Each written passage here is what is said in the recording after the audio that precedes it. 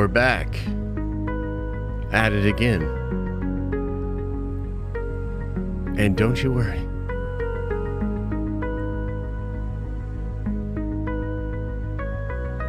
I'm on my way.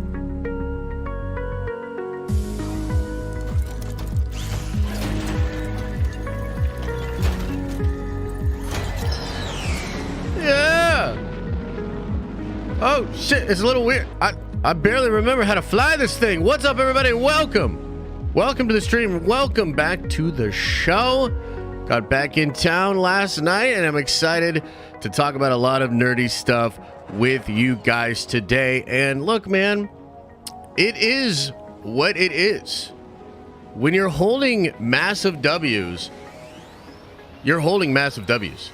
And what Guardians of the Galaxy Volume 3 just did in theaters is pretty crazy. You might see some people try to downplay this. I don't think there's actually a way you can downplay this. This is pretty phenomenal. We'll see where, of course, the movie ends up after all of this. But I said last week, the most important second weekend box office maybe in the history of comic book movies ever. A lot riding on this weekend. And the performance of the film was absolutely incredible. And on top of that, we've got to talk Superman. Right now, as I am flying to Nerdvengers Tower, Superman is trending on Twitter. Trending on Twitter, guys. What a world. I'm pulling into the tower.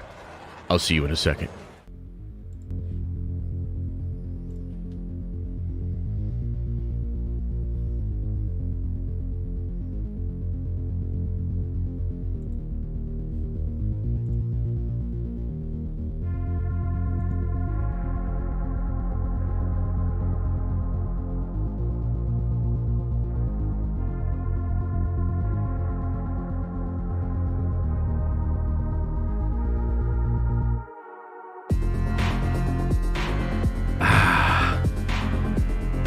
It's nice to be back, I gotta say. You know, had a good time. I like traveling. I like, experiencing new things. It's good to see family. It's good to experience things. But it's also good to be back. I'm sure you feel the same way. Traveling takes a lot out of you, especially when you have a baby. To be fair, he was great. You know, he was actually awesome on a lot of the plane rides and the car rides, etc., etc. So he did great, but it's very taxing, and I think it was taxing on both of us, which brings me to the first bit of show notes today. A little bit of a bummer, okay, but it is what it is. There will be no Nerd Theory tonight. This one, definitely on me. I hit Theory up earlier, and I was like, man, dude, traveling was crazy. Liam also is popping out some teeth. He was like bleeding this morning a little bit, so we were a little bit worried about that. So no Nerd Theory tonight. We'll be back at it next week. We should have a lot to talk about it, and it'll be really good. Now, quickly moving on to the good news, and also Overbound Game Studios with the gifted 5 memberships. Holy shit. Thanks, man. Appreciate it.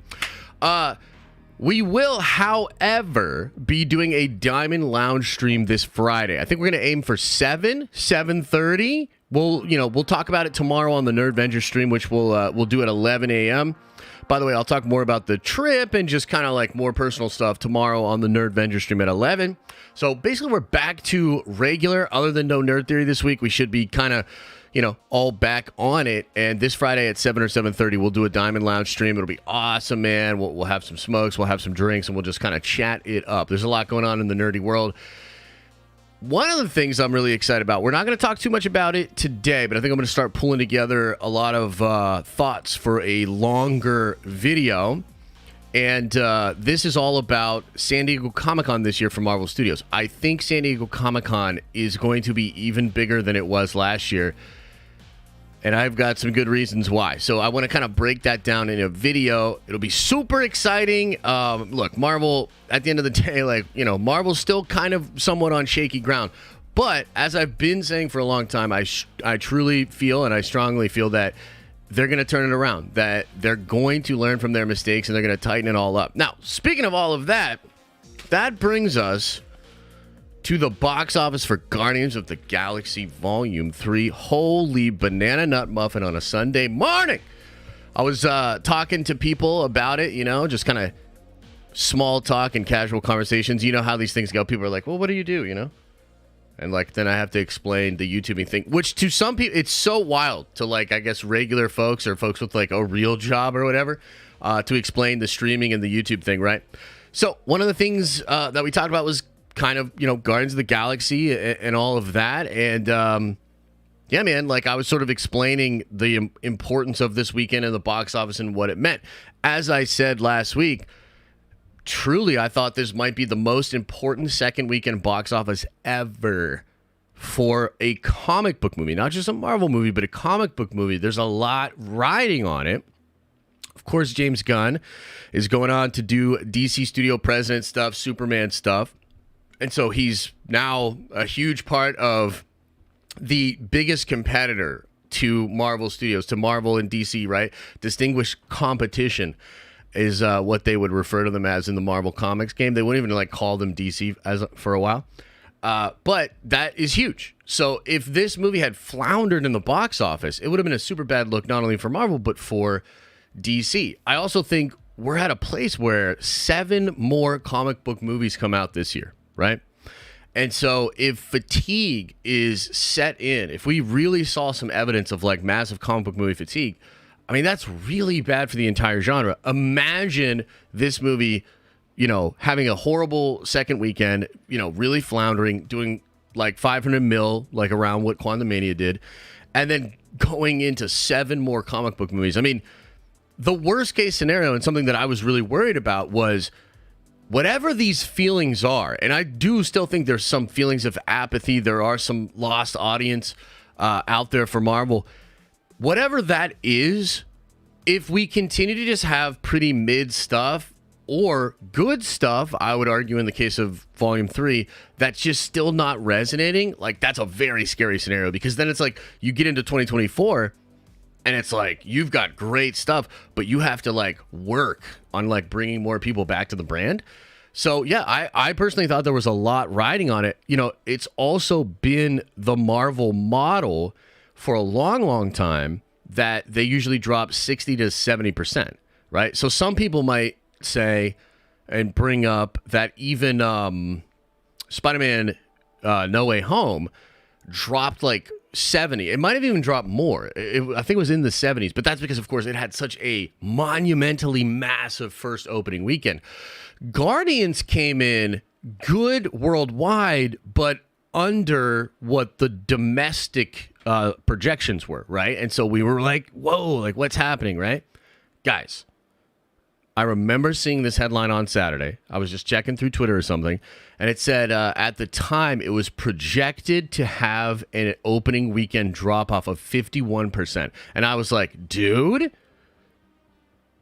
if that's true, 51%, that is fucking massive. That's 20% off what you would probably expect if you were just looking at the second weekend drop off for a lot of these MCU movies. Okay, now it ended up coming in at a 49% drop off. That is even crazier. To get that 4 in front of it is a big deal. Okay, and so I just don't know any other way around this. That is absolutely massive for this film, for comic book movies in general, for what DC is doing next. It is unbelievably huge. If people, seriously, you guys know, obviously, I have the thing with James Gunn. I didn't love this movie. I'm not the biggest James Gunn aesthetic style, fan. But even me, looking at this stuff, you can't deny this. Anybody that tries to tell you this is not a big deal is being disingenuous. This is a massive deal, right? So huge. So what does it mean, right? What does it mean? Well, I've got a couple of different thoughts, okay? Number one, and I think this is cool to think about, is that word of mouth is still absolutely a thing, okay? And this is interesting because I think movies in general are changing a lot. The box office is changing a lot. We still have some big movies, but overall there's still a lot of really poorly performing films, a lot of weird bombs. And I mean, we just had about a month ago Shazam, the lowest DCU movie ever, right? So a lot of concern about what's the new normal, what is happening here, right? You look at a movie like Quantumania, it had a very bad drop off, and it just, nobody went to see that movie. Like, nobody really went out to repeat viewings. It didn't reach into the zeitgeist. It didn't grab normies in, and I think that's because the movie was horrible. You know what I mean? And I know some of you guys like Quantumania, and that's totally chill. But, dude, that movie was, in my opinion, ass. And I think it was so bad that the overall word of mouth via social media and just, regular folk, very bad. It is incredible to see the exact opposite, right? So word of mouth absolutely still matters. To come in at under projections domestically and then have such a massive second weekend, it just shows that the quality of the movie, which I think is undeniably better than Quantumania. Like, find me a person that says Quantumania is better than Guardians 3. I will show you a crazy person. You know what I mean? Like, that's ridiculous, right? There's like no way. There's no way. It's not even in the same ballpark, right? So obviously that fucking matters. It matters a good bit. A bunch of people went out and told their friends, the people they associate with, this was good, and that word of mouth sort of spread, and a lot of people came out, right? It's pretty incredible to see that word of mouth still holds such an important place in what makes a box office. How does it go? Pretty interesting. But it can't just be word of mouth, right? It's not just word of mouth either. It's a more complicated situation, because if you look at a movie like Dungeons and Dragons, which you guys all thought should make $1 billion, and I said, slow your roll, right? But you look at that movie, generally the audience score is very high. The critic score is very high. I think it's a really good movie. It had good word of mouth, but it still didn't bring people out to the box office. So, like, what's the difference there, right? Why is this movie going to crush when that movie underperformed, right? Well, I think it shows that the Marvel brand is possibly not as damaged as we thought. And also, I think really what this shows is the strength of the Marvel brand from the Infinity Saga it's like still there. And so it's like, in a sense, what Marvel needs to do is get people to like think and talk about the fact that the new Marvel movies feel like the old Marvel movies, because that is not so far away from us that we don't all have these really fond feelings. I mean, dude, I think maybe sometimes we forget how big Marvel is and how big Marvel was, right? Look at the top 10 grossing movies of all time, and I think you'll understand it's like crazy. And so you get a movie like Infinity War and Endgame, right? Those two movies, it was like a global phenomenon. So Marvel's brand, though in a weird spot now, and I would argue, more tarnished than maybe ever, is still so big, and it still has such a positive like place in people's memories that if you can sort of associate a current Marvel movie with that, you just tap into an audience and to a group of people that is fucking massive. It's just so much bigger than what a lot of other IP and people can do. I mean, Thanos is Darth Vader now.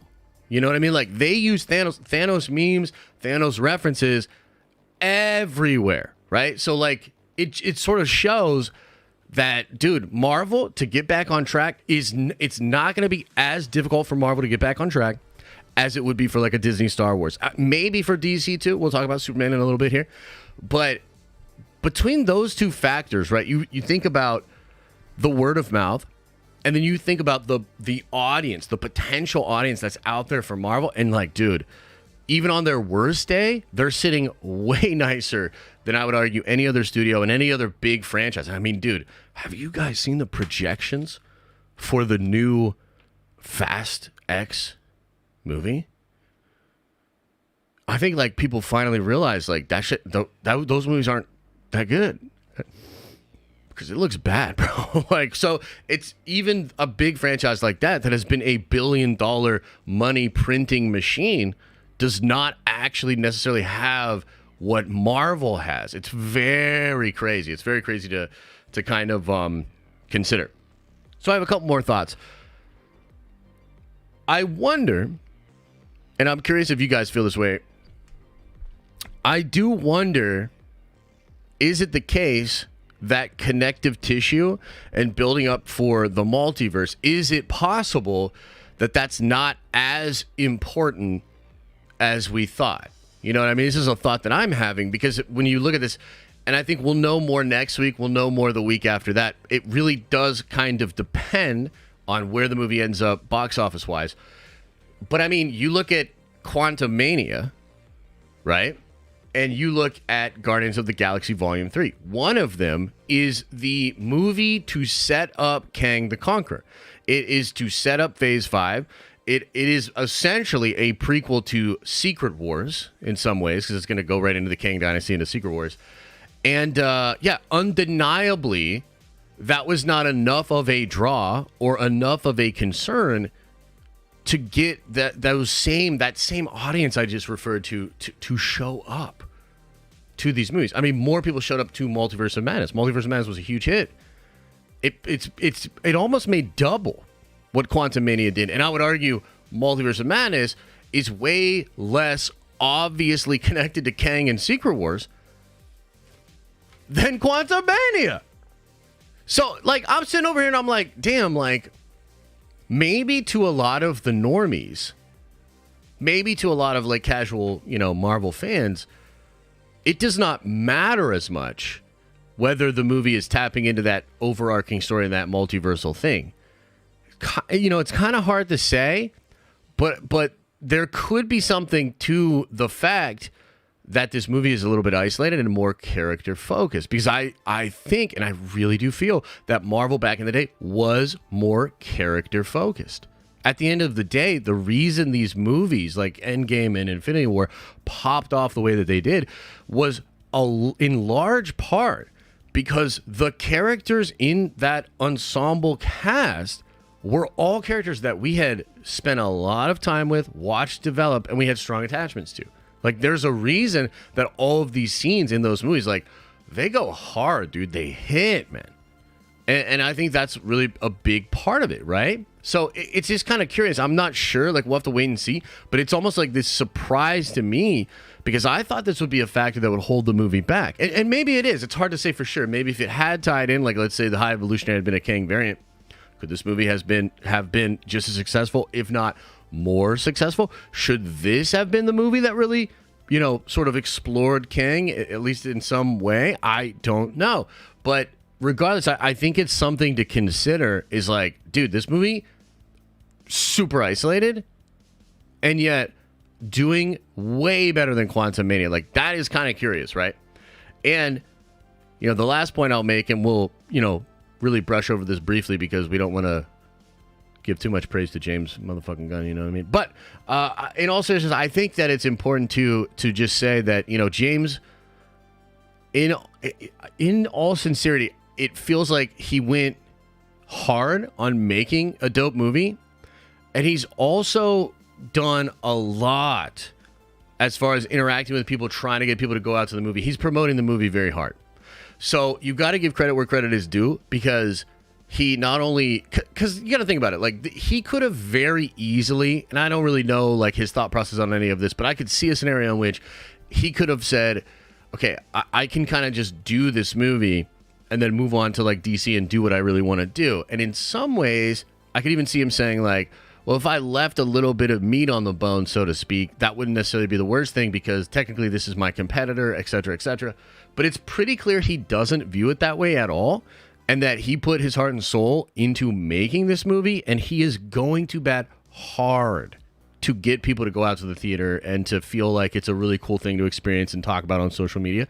So you just got to give credit where credit is due, man. He really did go for it. And I think at the end of the day, like I said from day one when James got this job, the best part of this, because even as a person that's really not a fan of his style, I immediately was able to say, well, but he knows, and not only knows, loves comic books. Okay, this is a guy that loves comic books.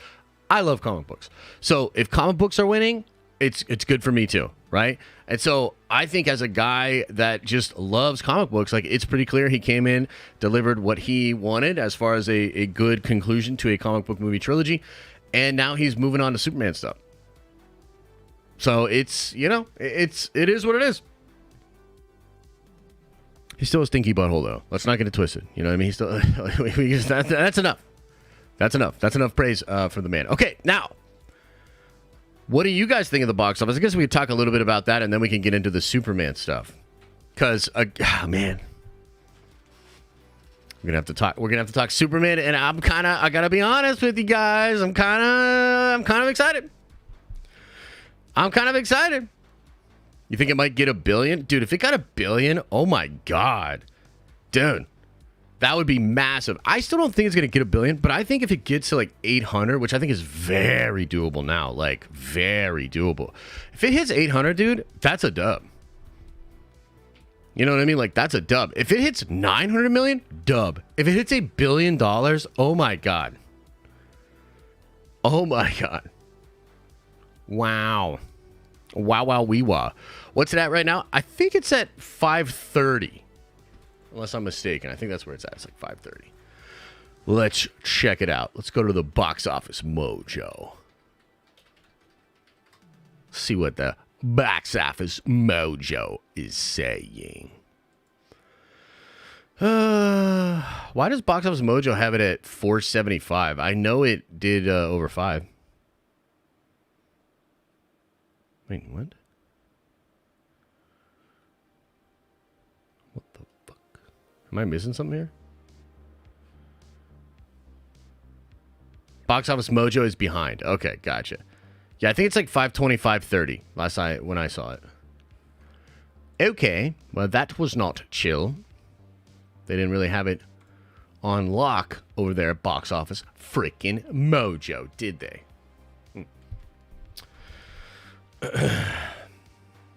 Guardians of the Galaxy movie had an upward trend from the first two. I like the first one the best, but the third is certainly stronger than the second, I would argue, and that's good. You know what I mean? That's good news. Check the numbers. Yeah.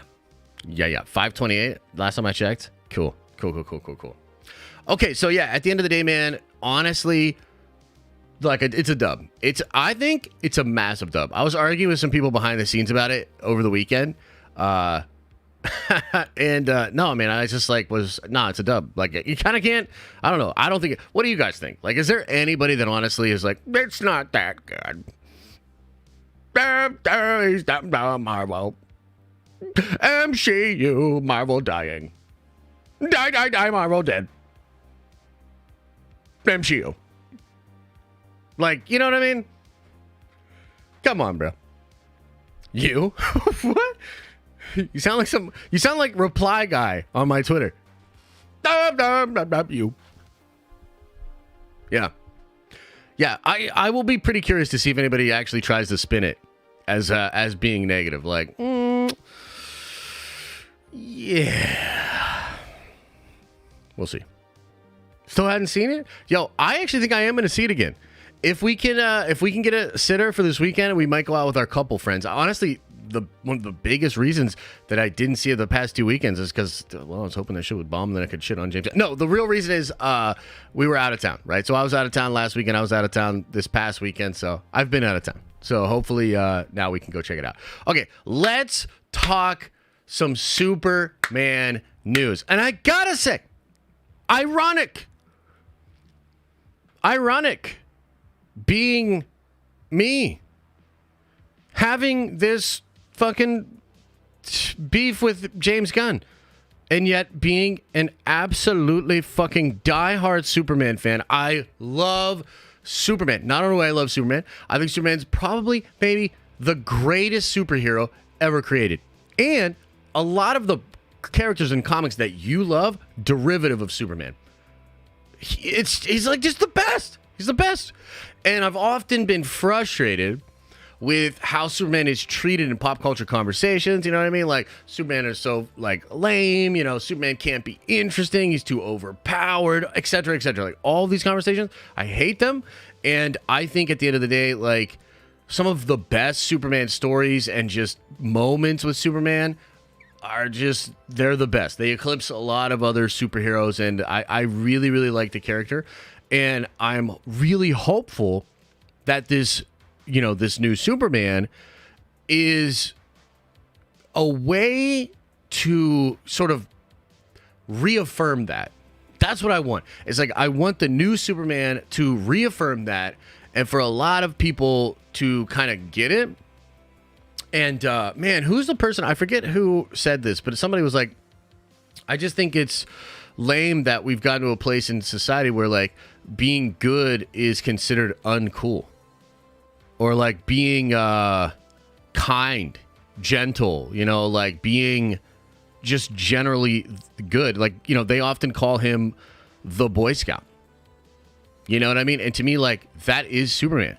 Like, and that's why Batman and Superman are so good. You know what I mean? As a team, as a pair up, where it's literally like Superman's that guy that will make you walk to the corner to use the crosswalk just to not jaywalk. You know what I mean? And Batman's like, there's no cops here, and the laws are meant to keep us down and waste our fucking time anyways.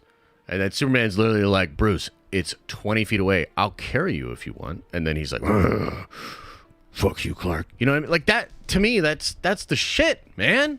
Like, that's the dynamic. That's what's so good about it. And so with Superman Legacy on the horizon, again, despite all of my, beef with James Gunn, I'm hopeful that we get that we reintroduce a bunch of people to that character and to that concept, at least to keep that idea in the conversation of the zeitgeist. It's almost beyond nerdy. It's like important on a philosophical level. You know what I mean? To have that character be important in modern culture. And thus, that brings us to the rumors about Superman Legacy. I was pretty excited to see this shit popping off over the weekend. In all transparency here, though, I have not delved too deeply into this. We're going to do that together right now because I was traveling and shit. Okay. Now, I do believe, unless I'm mistaken, and you help me out here, chat, unless I'm mistaken, there's more than this. Like this was maybe the first one, and then some other people chimed in as well. There's more to it than this, but we're gonna start with this one. I feel like this was maybe the first article. You know what? Let's start here. Let's start with this quote from Grant Morrison, who wrote maybe the greatest Superman story ever in All-Star Superman. So he says here, American writers often say they find it difficult to write Superman. They say he's too powerful. You can't give him problems. But Superman is a metaphor. For me, Superman has the same problems we do, but on a Paul Bunyan scale. If Superman walks the dog, he walks it around the asteroid belt because it can fly in space. When Superman's relatives visit, they come from the 31st century and bring some hellish monster to conquer from the future. But it's still a story about your relatives visiting. I really like that, man. I really like that. And I've often said, like, when writers say that where it's like too hard to write Superman, that's just because like you're either not a good writer or like not imaginative enough to understand the work. Like the idea of, oh man, this character's hard because I can't like throw struggles at him. It's like, dude, what kind of writer are you? Like, what are you talking about? Like, you get into that guy's head, and he's really human, dude. Clark is like more human than Bruce. Again, going back to that dichotomy, it's so cool. Okay, so here we go. Mother flipping Hollywood Reporter published 2 days ago. Searching for Superman inside the quest to cast DC's top hero. New top hero. Exclusive. The race to find Clark Kent and Lois Lane has been heating up as top contenders like Nicholas Hoult and David Cornsweet, I think is how you say his name, pull ahead, okay? So there's some of the pictures of the Hollywood-looking people. The quest for James Gunn's Superman is up and away. Casting for Superman Legacy, the feature that's meant to kick off Gunn and Peter Safran's much-vaunted first chapter of DC Studios, is hitting a crucial phase, with a short list of names bubbling up for the roles of Clark Kent, Lois Lane, and even Lex Luthor. Pause. Lex Luthor's incredibly important as well. I really think Lex is like a very important character to get right for the mythos of Superman to work. So like, to me, what Lex represents is like the insecurity of human facing something that is alien and better than it. Okay? And so, like, one of the big things that Lex does is, like, he consolidates a lot of power and tries to fight Superman. And I think part of this comes from the fact that, like, Clark, in many ways, is more human than Lex. And through a different lensing, like, he is not oppressive. He doesn't seek to gain. He's very selfless. He's like this good old boy, you know, from Kansas, raised by farmers. He's wholesome, salt of the earth. And yet he's also so powerful, he could take over the planet if he wanted to, but he doesn't want to. And so Lex views that as an existential threat because he's like, well, he could just take over at any moment. Maybe he's doing this, that, second, and the third. But what's weird is, like, you can't promise that Lex, given the powers of Clark, wouldn't just take over. But he doesn't have that. So he goes out and, like, conquers in his own way. I've also, like, really loved a lot of moments with Lex as far as him pushing the limits of human capacity to try to, like, catch Superman. It's kind of Vegeta versus Goku, right? And the idea of, like, doing that. And there's some really cool stuff before they rebooted DC this last time in the Justice League, where, like, Lex Luthor becomes sort of Superman for a while. You know what I mean? He's Superman. He's a part of the Justice League. He essentially becomes a hero. And it's really interesting to watch that whole arc and him, do that. It reminds me a little bit of, like, Eddie Brock becoming a hero, and ending up getting to a place where he respects Peter Parker after being in a place where he hated him, right? It's really interesting. Anyway, let's keep going. David Cornsweet, who recently played the ill-fated projectionist opposite Mila Goth in Pearl, I don't, that's might as well be Greek to me, is among the top contenders to play Kent, aka Superman, advancing to the screen test stage that will likely take place after Memorial Day or early June. Multiple sources tell The Hollywood Reporter. 2 other contenders may be in the mix, but their identities remain unknown. Okay, so let's stop here for a second here and talk about the homie David Cornsweet. Words. Check him out. Check out his IMDb, and let's go to the polls and see how you feel about this guy being your new Superman. You like this? You hate this? You tell me. Logan Lerman. Maybe it is. You like David Cornsweet as Superman? Yes or no? Let me know, chat. Okay, so, gonna be honest there, not really familiar with the dude's work. Never seen... Have I seen anything he's been in? Let's try to figure this out. Oh, House of Cards. I watched that. Okay, so yeah, I'm pretty unfamiliar with his work. I don't think I've seen any of this stuff. So, yeah, kind of unfamiliar with it. But I would say just off of looks, he looks like Clark. A lot of people have been talking about how he looks like a younger Henry Cavill, which I think is probably driving some people absolutely nuts. I don't necessarily hate that, though. It almost feels like a little bit more a continuity. No, because you don't like stories? Yep, exactly. What's a story anyway, dude?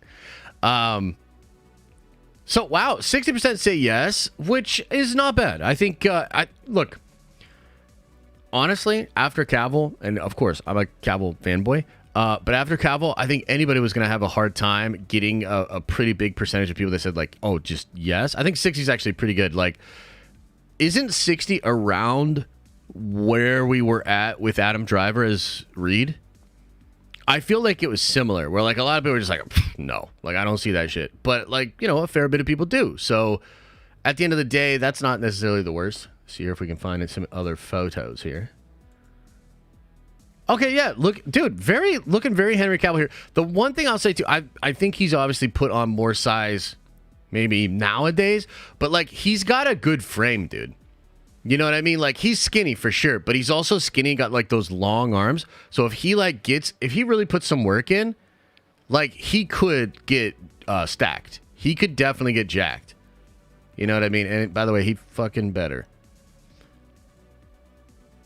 Yeah, I can see it. I personally could see it, okay? Again, don't know much about the guy, don't know much about his work, but just off of looks, like, I could see him as Superman. I also saw some interviews where he was talking about, you know, wanting to be Superman like 4 years ago. I've even seen some stuff of him talking about being, like, very uplifting and, you know, very positive and talking very highly about the character, which is really nice. So, I don't know. I wouldn't hate this casting. And I would look to see, like, obviously how much work he was putting into the gym, right? He's 6'4". Whoo! Damn. Okay, well, look, that's good too, but that's going to make it just a little tricky to put that size on.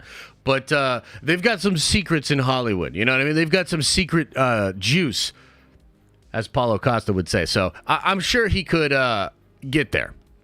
So that's kind of cool, man. And, man, like, just as a small aside, how cool is it going to be to, like, see the workout videos and the updates? Because, like, right now we're all checking out Hugh Jackman's, you know, updates. It's becoming Wolverine again, right? Like, it's kind of been a thing, and he's been posting about it, and it's cool. It's an engaging process to watch a 50-plus-year-old guy eat 8,000 calories a day and be completely natural and yet be fucking jacked by the time this movie comes out, right? So, you know, maybe a similar thing with David, man. Like, maybe we could watch him get into really, really good shape and kind of get that Superman physique, and watching that take place over maybe the next year would be pretty cool, right? So, yeah, I don't hate it. I don't hate it. Okay, let's keep going.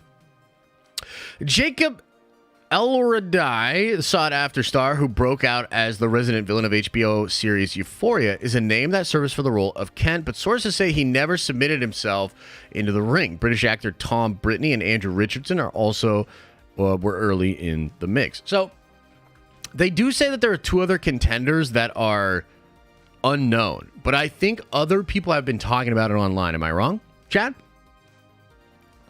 Chat, am I wrong? I think other people were talking about it on the tweeters and stuff, right?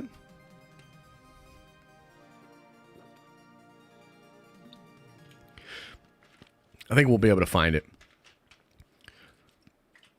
But regardless, it seems like he's the top contender, but there are other picks as well, okay? So, for Lane, the spunky reporter at Metropolis Daily Planet news organization, contenders have been Emma McKay from the Netflix series Sex Education. Don't really know her. Let's check her out. Oh, Mackey. Emma Mackey. Sure. Sure. Again, I probably haven't seen much of her stuff. Let's see here. No. But, okay. Yeah, not too bad. Let's see here. Rachel Bronson? Branahanasan? Rachel Brosnahan. I like Brahanasan a little bit better. Oh, the chick that plays Miss Maisel? Is that true? Okay. I could see that. I could see that. By the way, The Marvelous Miss Maisie is a damn good show. I've not watched all of it, but the episodes I've watched, I was like, damn, that's actually pretty good. And she's really good, man. So that could be interesting. So far, that's the pick for me. Let's see here. Phoebe. Check out Phoebe. What's she been in? What's she doing these days? Bridgerton. Okay. What else, man? She was in Snatch? Wait, what the fuck is this? A different Snatch? What? They remade Snatch?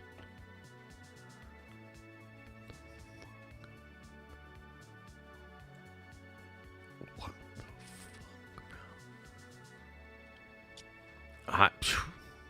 She can't be Lois Lane if she started some fake ass Snatch remake.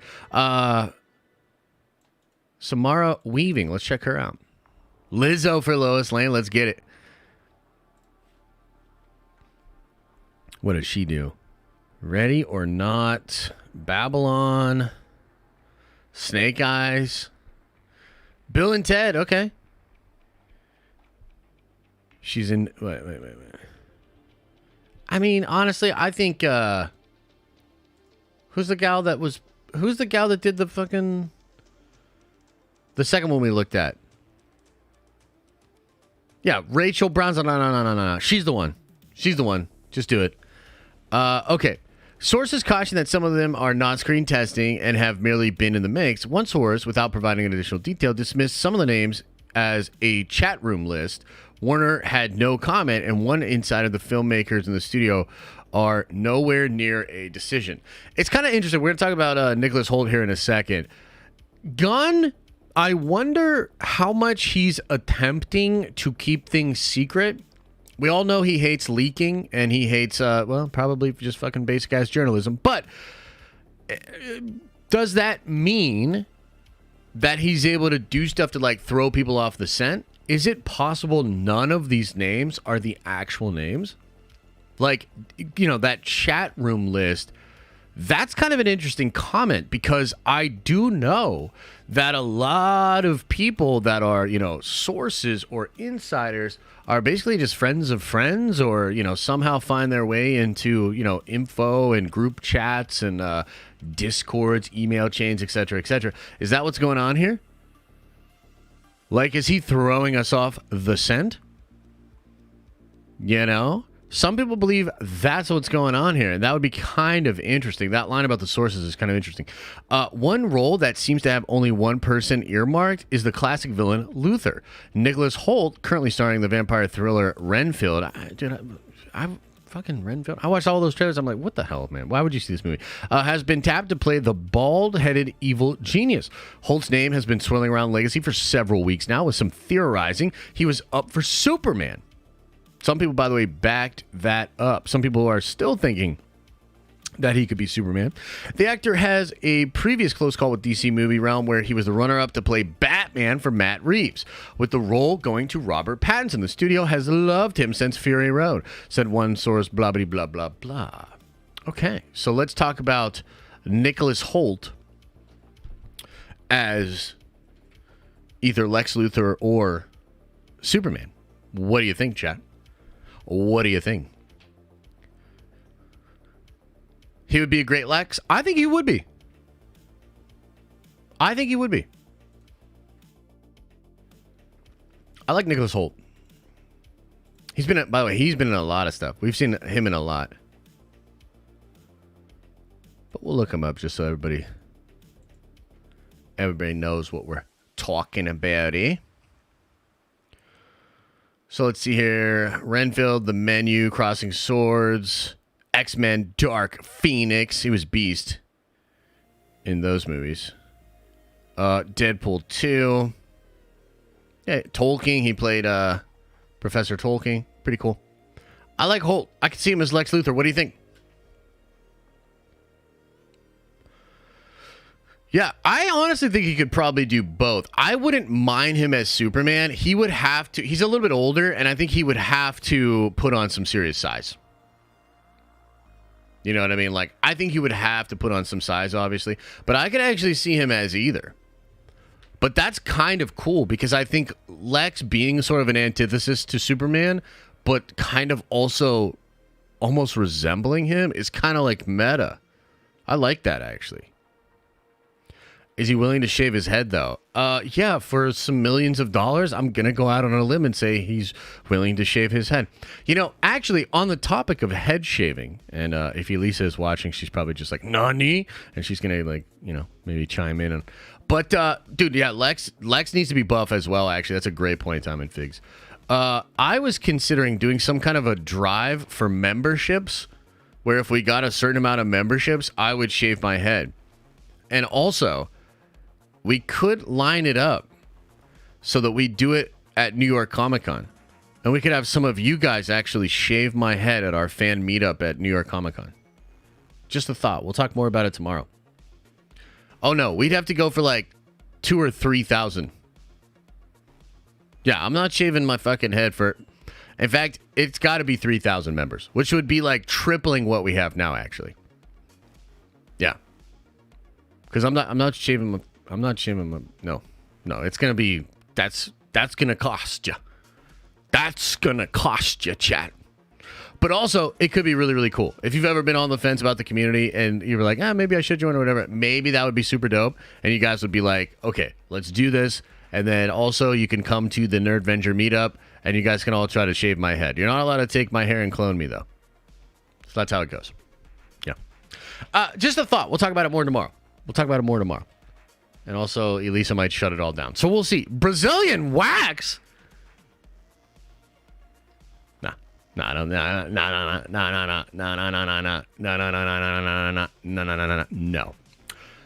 But yeah, so overall, going back to the casting stuff, man, a lot of this stuff has me pretty excited.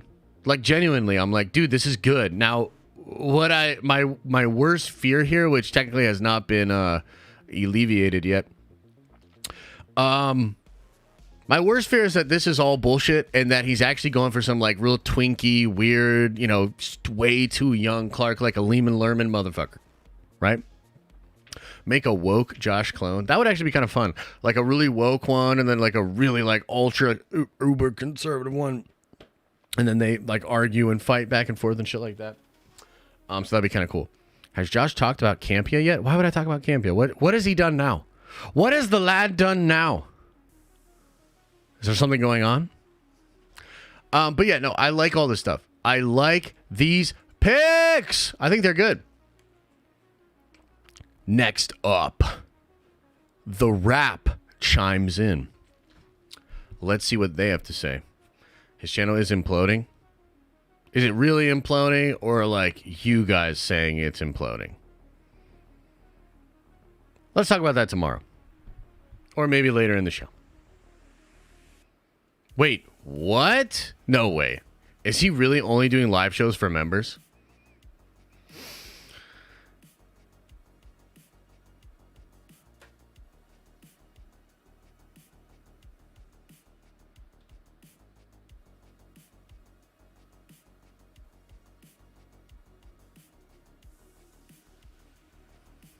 That's a bold move.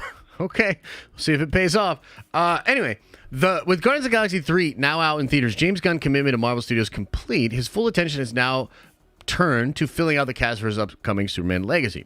Gunn is now watching audition tapes, and those in the mix for the role Superman include Nicholas Hoult, David Cornsweet, Jacob Eldery. I thought that he didn't even put his name in the hat. Andrew Richardson, to call a spy, sources tell The Rap. Who's this guy? Did we look? We didn't look this guy up yet, did we? Andrew Richardson. What you doing, Andrew? What are you about, Andrew?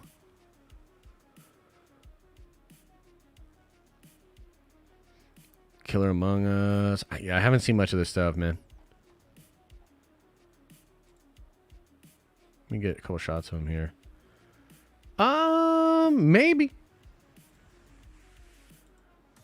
I mean, that looks more like an Oliver Queen to me, right? That looks like an Oliver Queen. I don't love it. I don't love it. But whatever. Additionally, sources say Emmy-winning Marvelous Miss Rachel... Fucking words! Browzahan. Strong audition for Lois Lane. Dude, if that's our Lois Lane, W. That's good. There's another major role to fill as well. Lex Luthor. Sources indicate antagonist labeled Apex, and that Gunn is seeing black actors for the part as well. In the comics, Apex Lex Luthor had a hybrid human-Martian body and could physically go toe-to-toe with Superman. No. I mean, sure, that happened and all that, but I don't want that shit. Dude, can we just start with regular Lex Luthor, please? Although it's unclear if Lex Luthor in Gunn's film was actually Apex Lex Luthor. Yeah, super unfucking clear. Don't even put that in your article. Shame on you. God. Anyway, this isn't Holt's first dash with a major superhero film. He was in the running to play Batman, blah, blah, blah, blah, blah. Okay, so a little bit of a Apex, or goddamn Apex fucking shit. A little bit of an update here. Lex Luthor, he says black actors for the part, but there's no black actors mentioned, so I don't know what to do with that. I could see Lex being black, though. It would just depend on the actor. Somebody that has to, Basically, like, to me, to be Lex Luthor, you have to kind of fucking ooze this ego. You have to, like, you know, like, it's tricky. I think it's a tricky role. Like, you have to just be just a fucking asshole, basically. You know what I mean? Tyrese, 100%, dude. Tyrese totally got it. Let me try to think if I can think of any black actors that could do a Lex Luthor. You know, my first thought is actually, unfortunately, a guy that just passed. I'm blanking on his name, but the guy that was in the John Wick movies. I could kind of see that. Giancarlo Esposito, of course, could be an absolutely incredible Lex Luthor.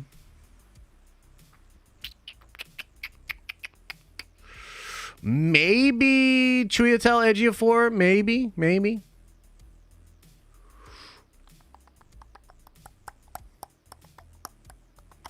That's all I got off the top. The Rock. Oh, dude, Lance Reddick. Yeah, thank you. The Rock. Absolutely. The Rock. Majors? Sure. The man from Rogue One. I don't know who you're talking about, bro. Did I like Jesse Eisenberg as Lex? No, I actually didn't. But the way I took that, so like, here's the thing that's weird. I absolutely love Zack Snyder stuff. I'm a huge Zack Snyder fan. But his shit was really not that comic accurate, in my opinion.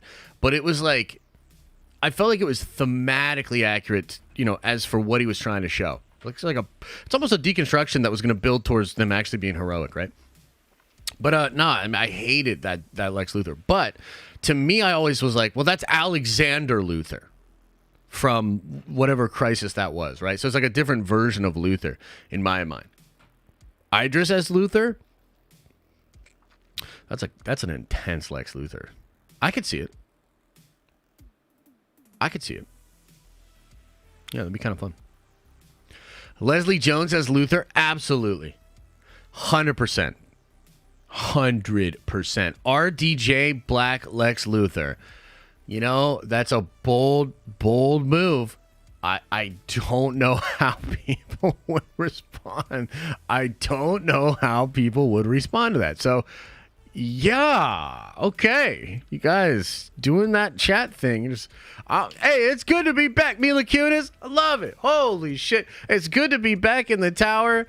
And I'm glad you guys didn't change. Look, you don't change. I won't change. We'll do this dance for a long, long time. You know what I mean? Kevin Hart? Why not, bro? Why not? That'd be kind of funny. No pun intended. Bautista, Lex Luthor? Yeah, I heard... well, My Time to Shine was talking about how Bradley Cooper was approached by James to possibly be... Lex Luthor, but he passed on it. Let's just do it like a little bit more. I love Superman.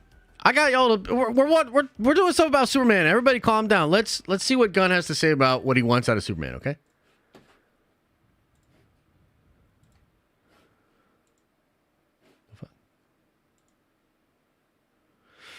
What is happening? I know we're here to talk about Guardians. Okay, here we go. Like next movie is a big superhero movie. How would you describe the emotions you want to invoke with a Superman movie? You know, listen, I don't come to Guardians 3 and say... Hang on a second. He just did the Zack Snyder listen.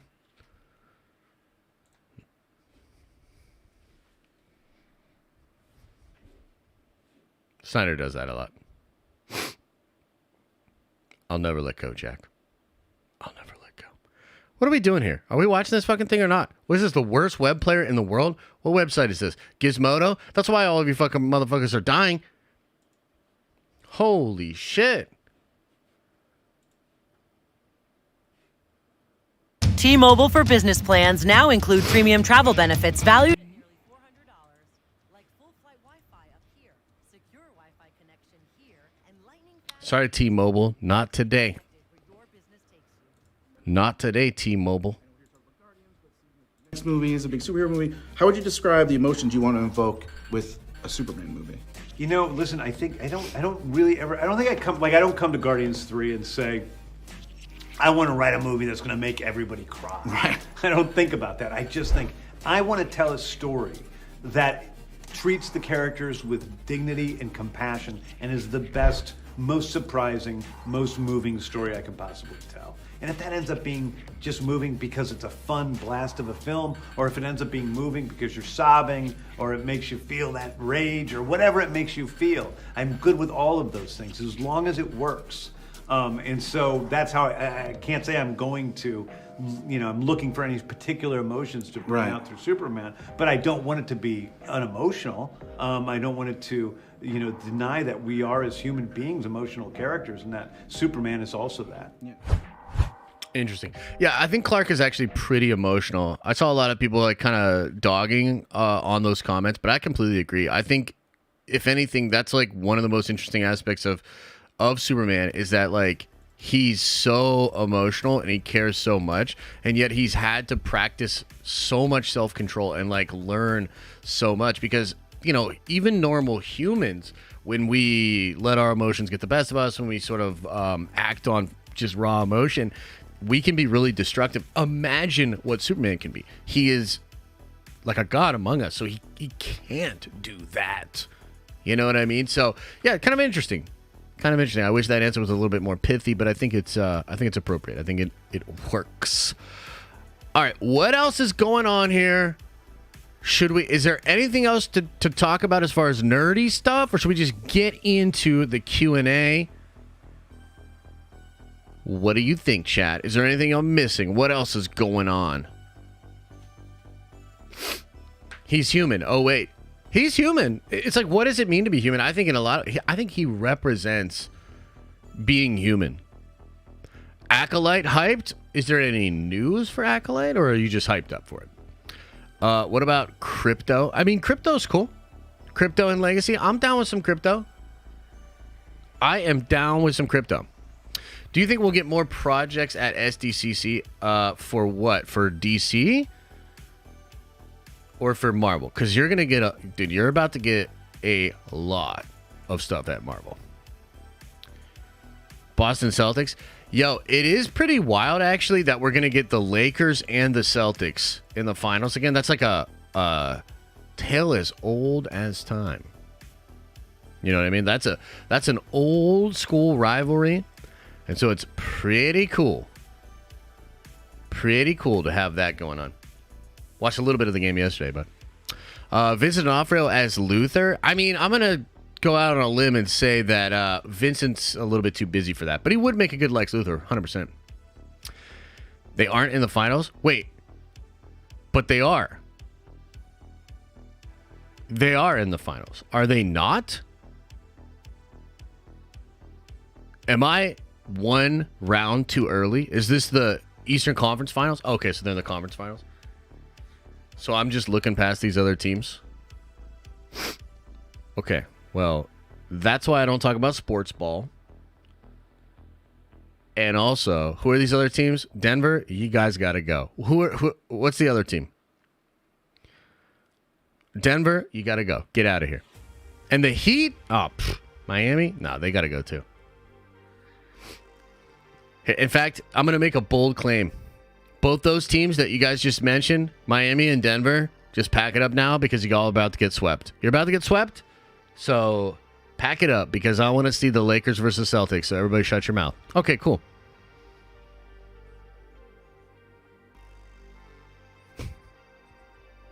Hello there, says Obi-Wan. What's up?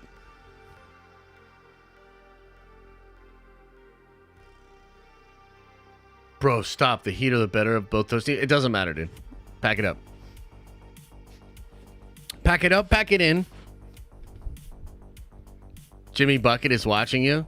Oh, that's cool. What's up, Jimmy? Just pack it up, buddy. I hear you tend to leave games early. You can just leave this series early. Pack it up. Pack it up! Nerd Theory tonight? No Nerd Theory tonight. I'm sorry. I have to attend to family matters. Yeah. Jimmy just dropped 56 versus the best team. Oh, that's good. That's good. Good for him. What Marvel things are going to be at SDCC? Well, I'm going to make a whole video about that. I think right now it's kind of speculative. The one sort of thorn in the side for, I think, all of these studios is the writer's strike, right? It's like, how much will the writer's strike affect the SDCC announcements, I mean, I think Marvel's coming out regardless, and they're going to drop some serious bombs. But we'll see. We technically don't know for sure, okay? All right, I say let's get into some Q&A. See what you guys got to say in the soupy chats, the member chats, and we'll hang out in the chat. And then after that, we'll just, hang out a little bit and call it a day. Just so everybody knows, as far as show notes and everything, tomorrow, 11 a.m., we'll have a Nerdvenger member stream. I'll talk more about my trip. I'll talk more about just, basic stuff going on with the channel. No Nerd Theory tonight. We will have a Diamond Lounge stream this Friday, which will be very fun as well. So, let us begin. First today was Vito. He says, what is life's greatest illusion? Innocence, my brother. Vito then says, with a 10 spot, when the moment seems fading and the memories are blurring, when the soul seems dissolving and the heart stops, rhyme, rhythm, then you're in peace. A poem about death. Much love, Nerdvengers. Much love, brother. And also, sorry I fucked up that rhyming. I made the poem sound bad. My bad. Overbound Game Studios, again, thanks for the 5 gifted, brother. Dominic says, imagine if James Gunn is a double agent because Kevin Feige requested him to help form a relationship with Warner Brothers and a massive Marvel vs. DC trilogy after FF and X-Men are end cap with final Avengers movies. Look, I don't think James is shy about doing that crossover. They have to establish their own thing first. If it pops and it's good, and then maybe years down the line they do that, I think it would be awesome. The old amalgam, Justice League versus Avengers stuff was really, really fun. They have a lot of good stuff there. And it was rumored a while back that maybe the comic book companies were going to be doing that again. And I'm not against it. I am not against it. I think that would be cool. But as far as conspiratorial, I don't think so. I don't think so. Jimmy B says, really glad to see latent love people have for Marvel. Secret Invasion will probably slap. The real test will be the Marvels. That one has the potential to truly harm the brand. Yeah, I think, and that's another, I gotta say, man, that's another reason why I was really, really concerned about this movie's box office. Because, frankly, if this movie is considered a huge hit, and a lot of people are like, dude, this is great, holy crap, then maybe we can actually weather the storm of the Marvels. If the Marvels is pretty bad, which they are working really hard behind the scenes right now to make that movie as dope as they possibly can. They delayed it a long while. I'm not going to be such a curmudgeon that I'm going to complain about the movie. If it's dope, it's going to be dope. If it's good, it's good. If it's mid, it's mid. If it's bad, it's bad. We'll talk about it. But it is possible the brand can survive the Marvels being whatever. If Guardians is strong, and it seems to be very strong with audiences, performing very well. If Secret Invasion is very good, which I have a lot of high hopes for Secret Invasion. If Loki Season 2 is fire, then I think we can survive the Marvels. Guardians, and we still got to see how it fully shakes out. But this second weekend really made me think, damn, there's still a lot of Marvel fans out there. They're just not willing to watch bullcrap anymore. You know what I mean? They want good shit. And so they showed up. So we'll see. But I understand the point. Christopher says, any chance on a WDW Pro do a collab? I think that'd make it an interesting debate as you both have different perspectives on things. Yeah, I don't know. I've thought about it. We talked a little bit about it last week as I was going out of town. And it's not that I'm necessarily against it. I mean, at the end of the day, I don't have anything bad to say about them. They seem to have gotten scoops right before, for sure. But yeah, man, I just don't know. We do have different perspectives on things, but I gotta be honest with you, I'm not really a debate bro, and I don't really see a lot of value in just arguing essentially not even with another person, but just with another camp. And so it would really feel very and this is just my anticipation of it. My notion of this could be completely wrong, but my notion is that it would be a lot here's talking points from my side. Oh, here's talking points from my side. And then there's no real common ground or discussion, right? I could be wrong about that, but dude, I'm not fucking interested in that. Why would I want to talk to somebody who's just going to say a bunch of shit I don't believe in, not going to listen to any of the points I bring up that counter it, and just going to wave their flag for their fans, for their audience. There's nothing wrong with that, but maybe we just stay in our lanes. You do you, I do me, you know? So yeah, I don't know. I kind of doubt it. I'm gonna be honest. Like, I'm kind of leaning towards no, but again, there's no animus there. I don't have anything against them. Drake says, bro, love ya, but Sentry, Red Hulk are cool to comic nerds like us, but not normies. Need the big three desperately. Their trilogies paid off each other. Hang on here. Played off each other, even if their individual movie was weak. Is there more to that? Why is this so weird? So Drake, I kind of get what you're saying. I'm gonna go ahead and disagree with you though, because I frankly don't think there was enough of a sort of mass appeal to any of those characters, like Captain America, Iron Man, Thor. They were big in the comics, but they had like no mainstream relevance whatsoever. Marvel was able to make them what they are. I would argue that where Marvel is at right now is different, and fans are different, and I don't know that you can like make the obscure great every single time, right? But I don't think Red Hulk and Sentry are obscure. I think they're dope as hell, you know? And they're really like fun characters to add into another story. They're going to get, you know, comic book nerds like me pretty hyped up. And I think the audience will sort of feel the freshness and the newness of that idea. And I think it'll resonate. You know what I mean? The talented Mr. Griffin says, what's up, Josh? Hope the vacay was great. Liked Guardians of the Galaxy Volume 3, but didn't love it. But I'm still all in for Marvel. By the way, Valkorion would murk Palpatine. Much love. Would Valkorion murk Palpatine? I think Valkorion at the height of his power would be able to crush the Empire, but if you had Valkorion standing in front of Palpatine, I feel like Palpatine takes that. I think Palpatine was a wildly powerful Sith. You know what I mean? Like, there's a reason Yoda was like, I'm out. Dagobah seems really nice this time of year. Like, that dude was strong. So, I don't know. Kind of disagree on that. But yeah, Vacay was great, and I tend to agree with you with the whole Marvel take. I'm kind of in the same boat. No crypto in the reintroduction of Superman. What do you mean? You don't want it? Or you don't think it's actually going to happen? I don't know how to read that statement, bro. I don't understand what you're saying. Orange Grove 55 says, should Disney sell Disney Plus to Apple? Let them run the platform and make money on licensing of their content. You know, I kind of feel like all of Disney should be sold to Apple. You know, like we're kind of having a like, hey, Marvel's getting back on track kind of a stream today. But Disney itself is having a pretty rough go of it. Like last week, Bob Iger came out. And again, I was like going, right? So we didn't get, this maybe would have been something we talked about last Friday.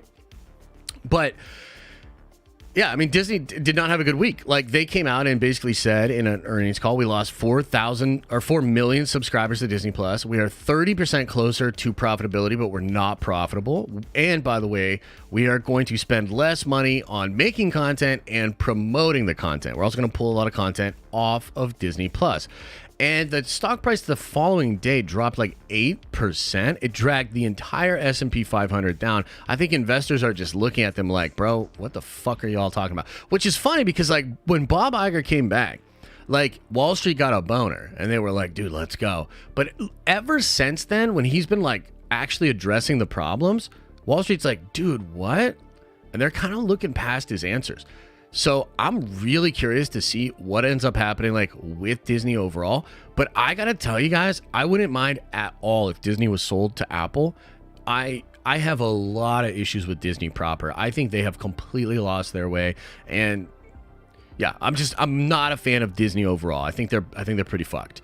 So yeah, we'll just see. Like it's weird that they had that horrible earnings call, you know. It's just kind of a weird feeling because it's like, okay, like Marvel still got it, but like, dude, I think Star Wars is really off, and Disney Plus is losing money and hurting brands. It is like the exact opposite of what I think they intended for it. It's kind of wild. DJ says, breaking news, Lizzo as Krypton. Oh god damn, that's Right on. Bring back Grace D.D. Fulton as Lois Lane, in my opinion. Who the hell? Should I know who this person is?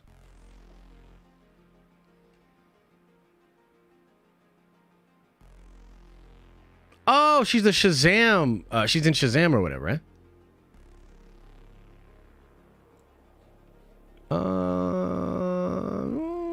I like the Miss Maisel actress. Adrian says Lizzo for Lois Lane with a heart. Hey, never change, chat. You know, you guys.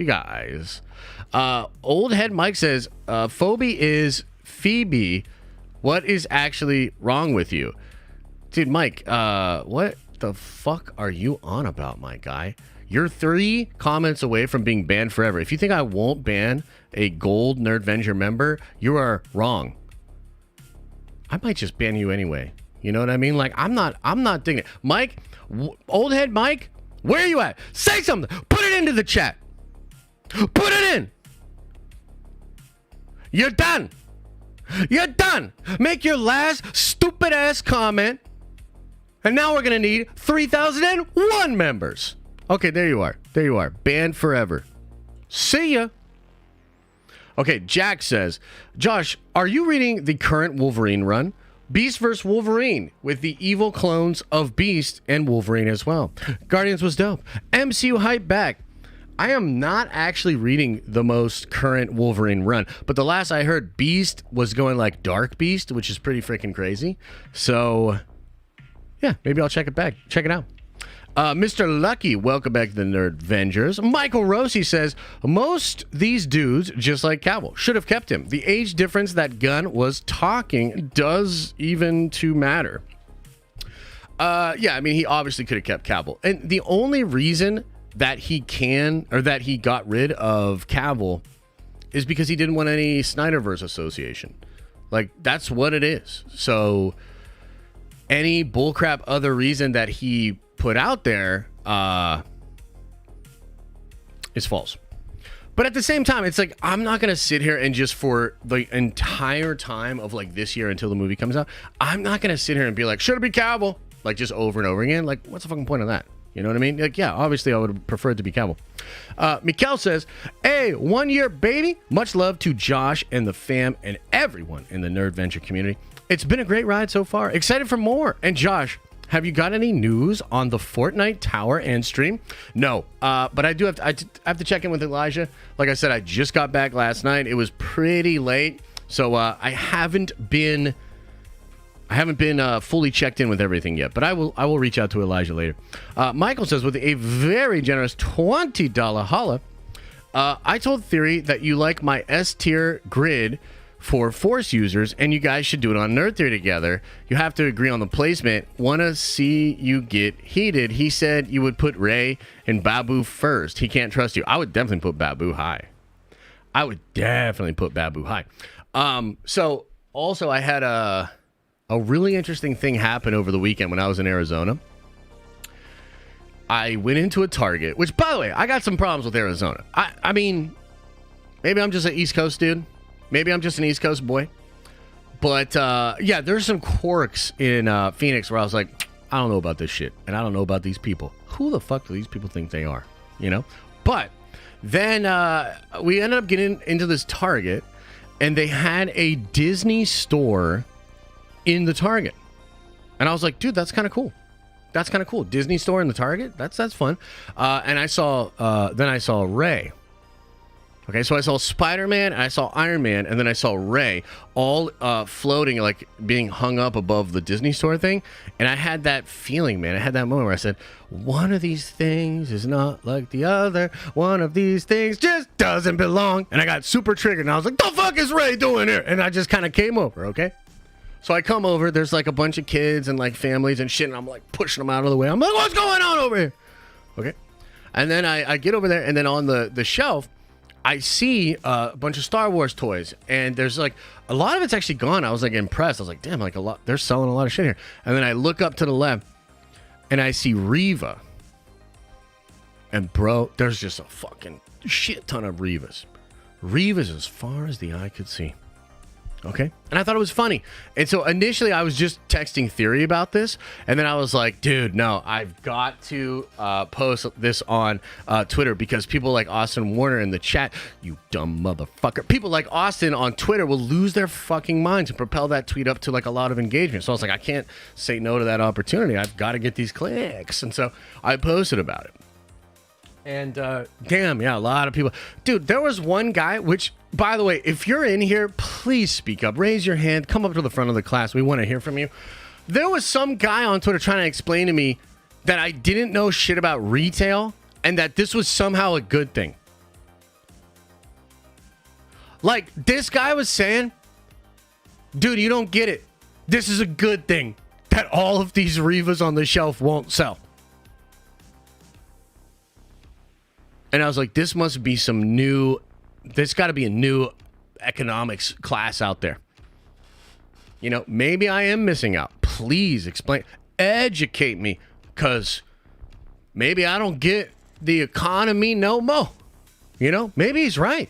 Maybe I don't understand retail.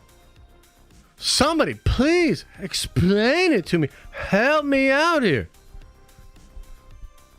Anyways. Ross says, Icons on Earth, Marvel DCU series is dope. Peep. Icons on Earth, Marvel docu-series is dope. Oh, it's a docu-series. Okay. What's it called? Icons Unleashed. Okay, bro. I'll check that out.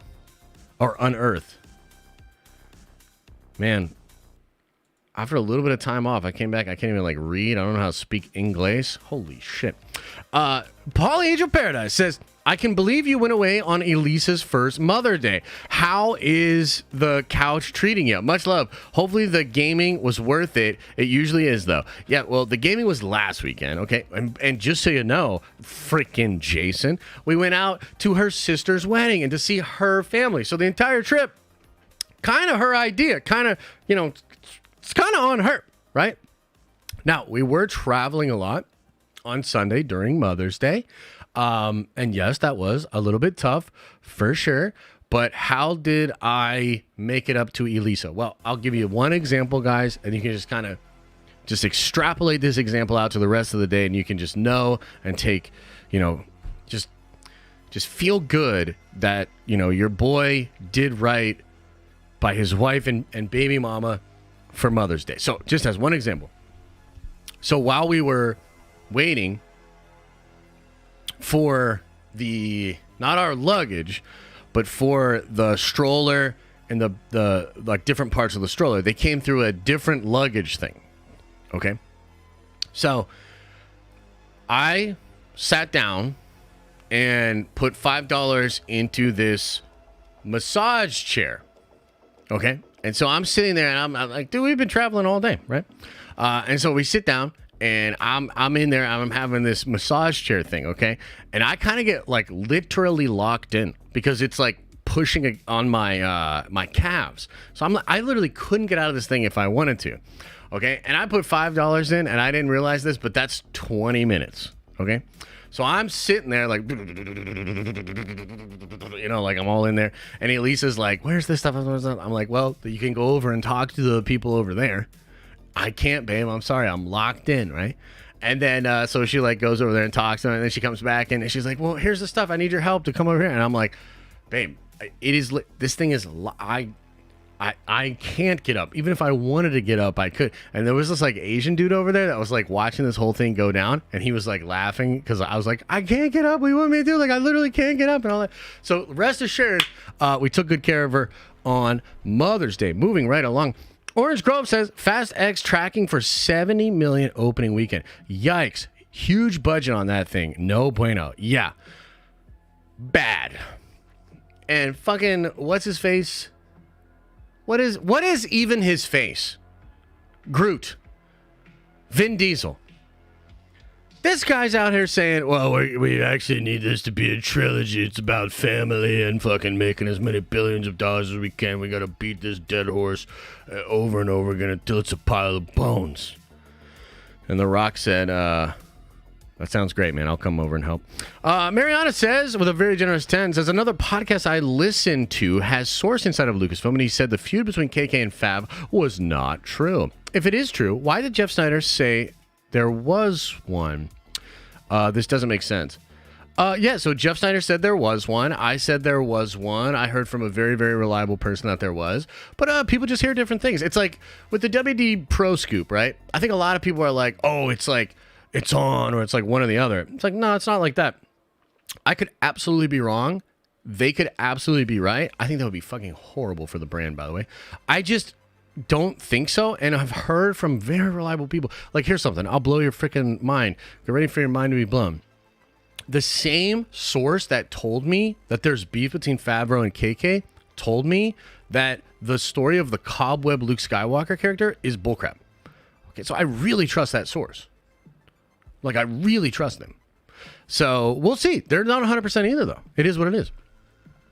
Michael says, don't forget to DM Allnote 101 back. I will try to, man. I'm getting back in touch with everybody today. Mr. Lucky says, yo, Josh, how have you been watching Demon Slayer lately? Yes, last night episodes was great. Last episode was fire. Much love, man. No Adventures for Life. Dude, you know what the thing was that was, like, so funny about that episode? The little demon. The way they animated that little demon, and he's like running around and they're like trying to get him. I couldn't stop laughing, dude. I couldn't stop laughing. Dooley, thanks, brother. I thought it was so funny, and it's just the way they animated him. Oh my God, it was so funny, dude. Vandolph the Black says, Kevin Smith has his show on YouTube where Mark Bernardin totally breaks down the writer's strike. Very informative. I suggest watching. Very useful for insight into projects moving forward. I will definitely check that out. I actually like those two guys.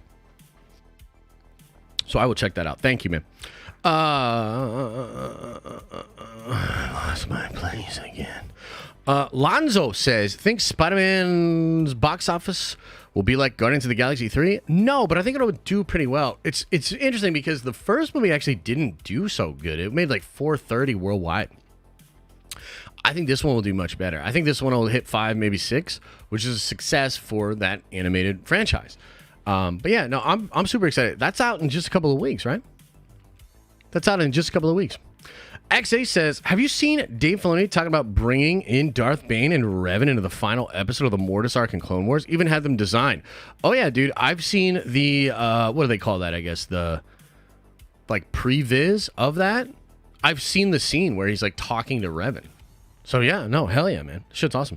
My Love for Movies says, yeah, Campy is taking his show off YouTube and putting what's left behind a paywall. Dude is destroying his brand. Smack my head. Yeah, I don't know the full context of the situation, but I do know that I saw a lot of videos and a lot of people being pretty upset at John when he made that move with Rob. And look, for me personally, like I have a lot of respect for John. I really liked what he did with AMC, Movie Talk, etc. But when I would watch the show, when I would actually watch the show, which was rare, I mean, I really wanted to hear what Rob was gonna fucking say. And often I felt like John just kind of like talked over Rob and kind of like diminished Rob's opinion. And that sucks because I think Rob is like one of the most insightful dudes in the space, and also very fair, like very even-handed with things. So, yeah, I don't know. Look, I'm not going to celebrate John going through troubles, you know, but I will just say, like, you lose the audience, like, you kind of lose it all, right? So, it's probably why I'll have to unban whatever that dickhead name was earlier.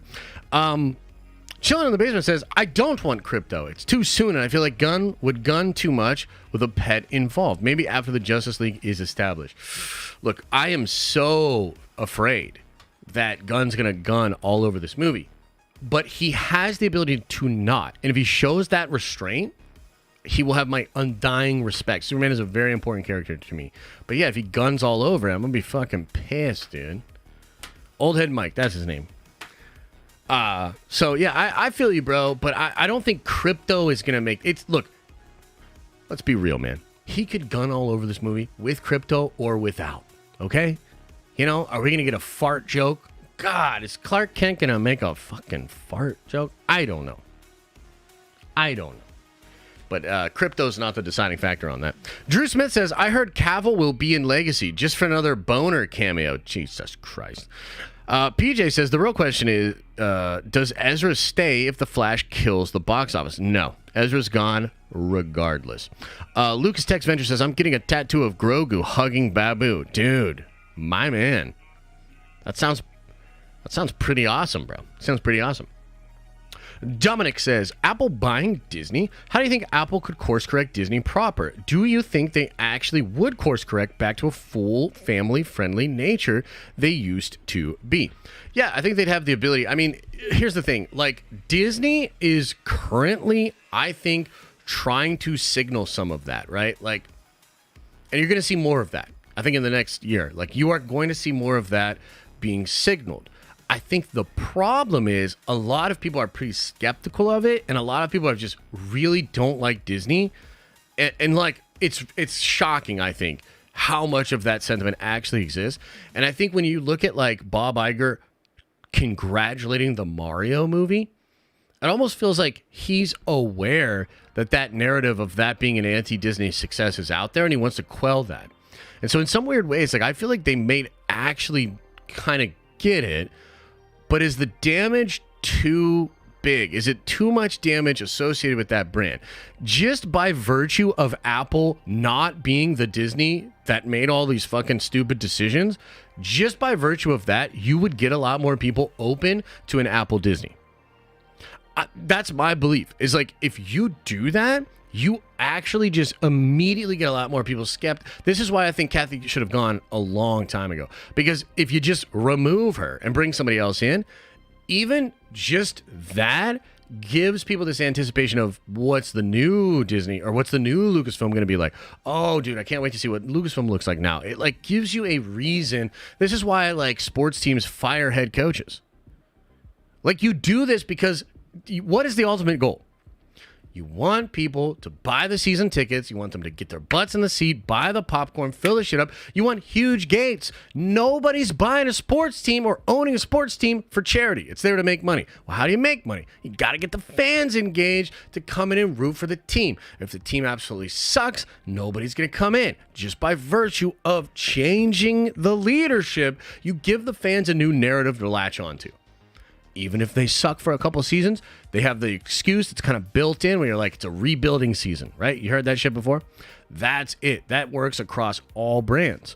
So if Apple were to buy Disney, I think you have a much better opportunity to sort of change that narrative than if not. Not to say that they can't do it, but it is interesting. One Weapon X says, you the man, Josh. Keep doing what you're doing. 15 months, baby. What do you think of John David Washington for a Kang recast? I like it. I like John David Washington. I don't know that I've seen enough of him to be like, oh, he's got the range. But he's definitely good in what I've seen him in, right? So I don't know. Maybe. I've heard some names. Kyle says with the 10 spot, Disney Plus model has always been wrong, making a whole service to debut Mando. And then just hope the rest of the world would work out. When are you and Angry Joe settling beef with a 40K game? Well, first of all, Angry Joe and I squashed the beef a while back. We talked in the DMs. He gets where I'm coming from. I get where he's coming from. I truly do. I understand where he's coming from. I think there was a little bit. We even kind of admitted to each other that our first scuffle was we were both a little frustrated. He's frustrated with some certain things that were going on social media. I was frustrated on some certain things going on social media. So it created like a sticky situation. But we've squashed the beef. As far as 40K goes, bro, I'd love to play some. I'll play. Dude, I'm so into 40K right now. It would be awesome to play with Angry Joe and his crew. But I would honestly play with probably any of y'all. Like, you want anybody here play 40K? Let's play some fucking 40K. You know? I'm about it. Lou Capadonna says, Josh, I appreciate that you and your community are one of the least black-pilled. I think WDW Pro and all other fan cams want the same thing. Good content. Yeah, I mean, here's the thing. Like, I don't know enough about them to really make a conclusion.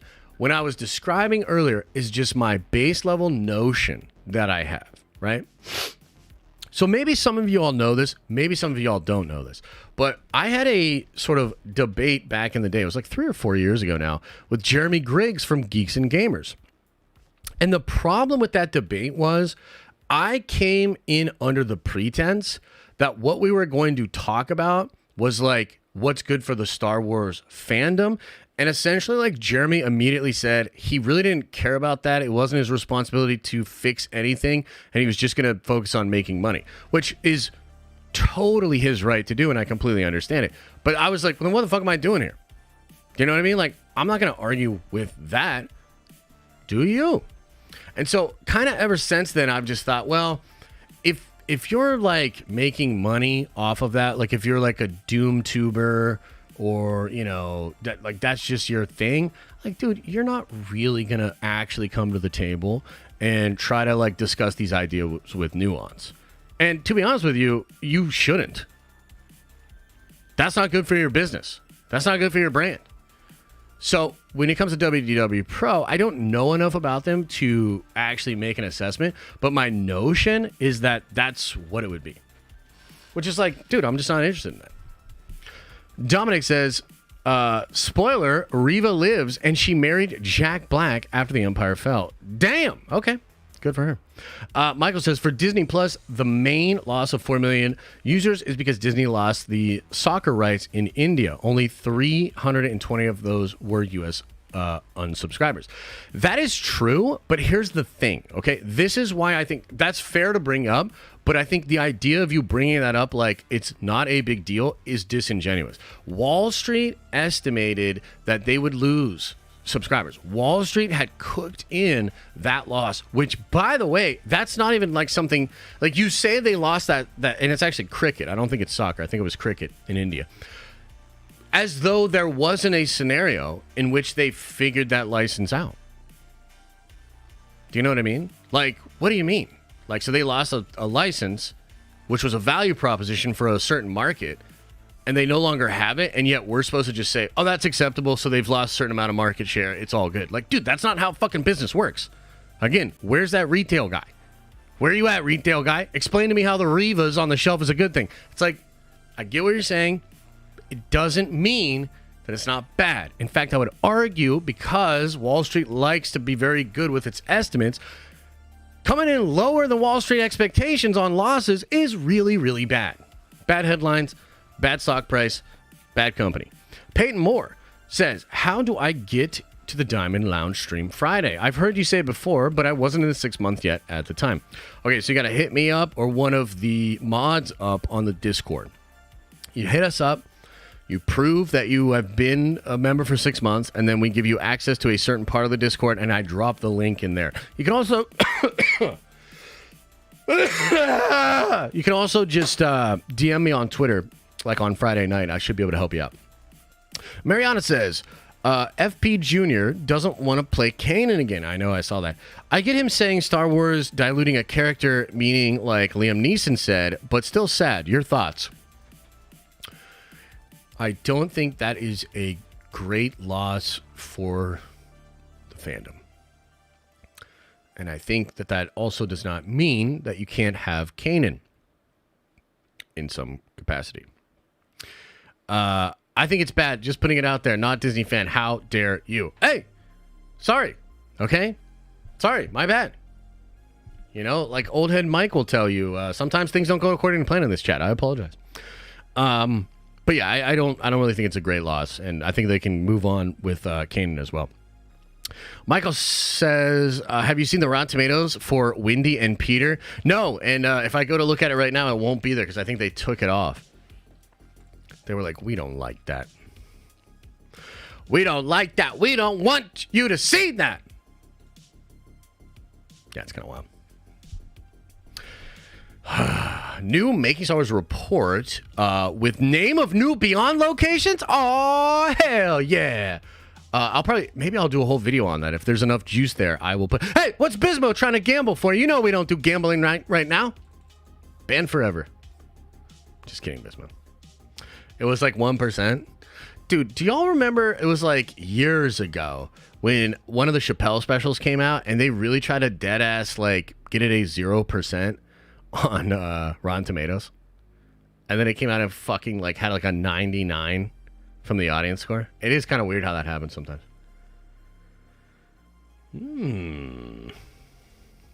There's some fun stuff going on out there. There's like a new report about Deadpool 3. There's some cool stuff. I'm going to look at this later. I'll figure out some stuff to put into a video for sure.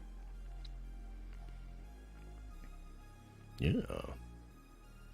Dude, how about this shit? Disney wants James Cameron to direct the Alita Battle Angel sequel and not Robert Rodriguez. I mean, I can't argue with that. My bad. Here's some chump change. Appreciate you, brother. Yeah, that would be kind of lit. I'm not going to lie. I'm not going to lie. Ray vs. Reva, a leftist wet dream. Bro, I know some leftists that think Ray is crap. They might not say it on social media, but they know. They know inside. I gotta say, despite everything with Ezra, I feel The Flash will be a banger. Yeah. I know. I keep going back and forth. Are you guys gonna be really upset if I go see The Flash? Are you gonna yell at me, call me a hypocrite, call me all kinds of horrible stuff if I go see The Flash? They want to like her, though? That's how you know? I mean, sure, but who doesn't want to like the new Star Wars character? Are you saying that you don't want to like her? Because I think that's a little bit more telling than you might realize. And that's why you don't want to come on a stream with me, my guy. You don't want to fuck around and find out. I'll make you look so goddamn silly. You switch up on The Flash so many times? I know. Trust me. I know. I'll flip on The Flash like mid-thought. Like, I'll be thinking about how dope it would be to see Michael Keaton Batman kicking a bunch of ass again, and then it's almost like Ezra throws a chair at my head. And I'm like, that hurt. I don't know. You can see The Flash if you dress up as Ray. That's a good take. That's a good take. I like that. Dude, if I go, I will still hate on Ezra. Yeah, 100%. Didn't you say you wasn't going to watch it? Yeah, I did. Buying a ticket to another movie at the same time than sneaking into The Flash.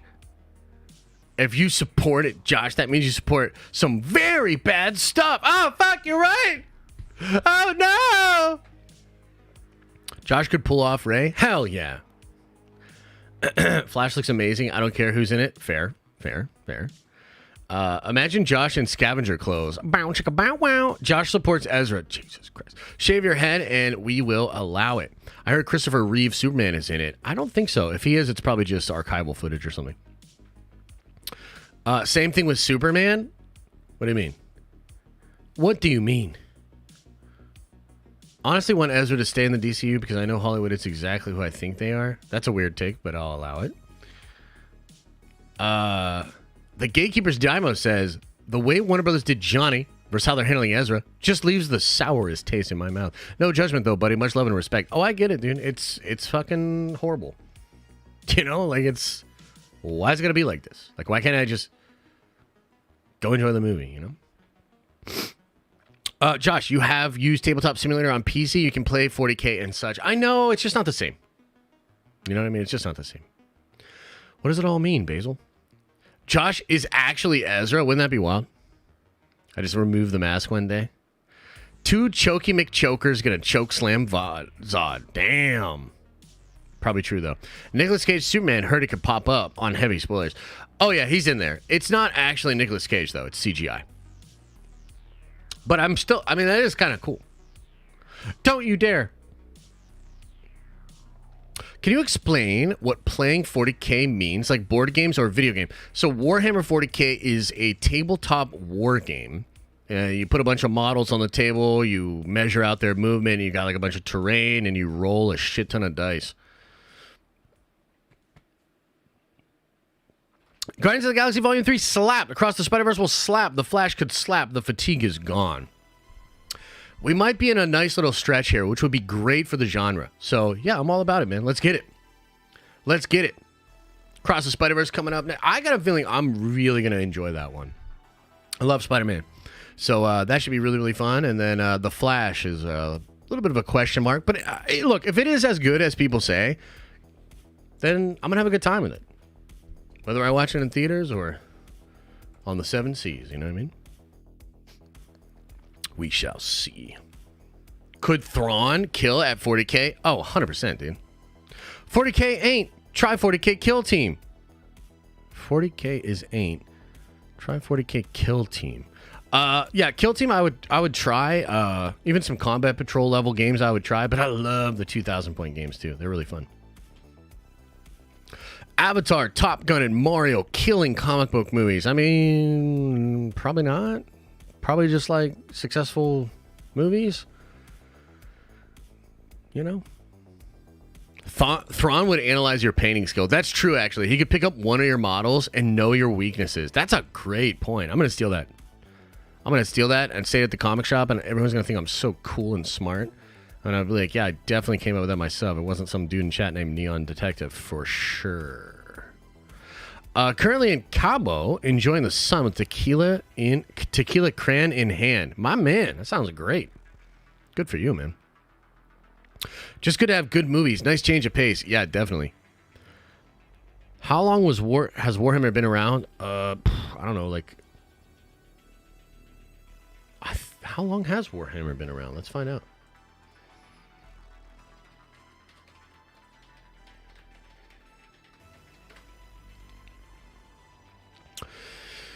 Whew. 25 years.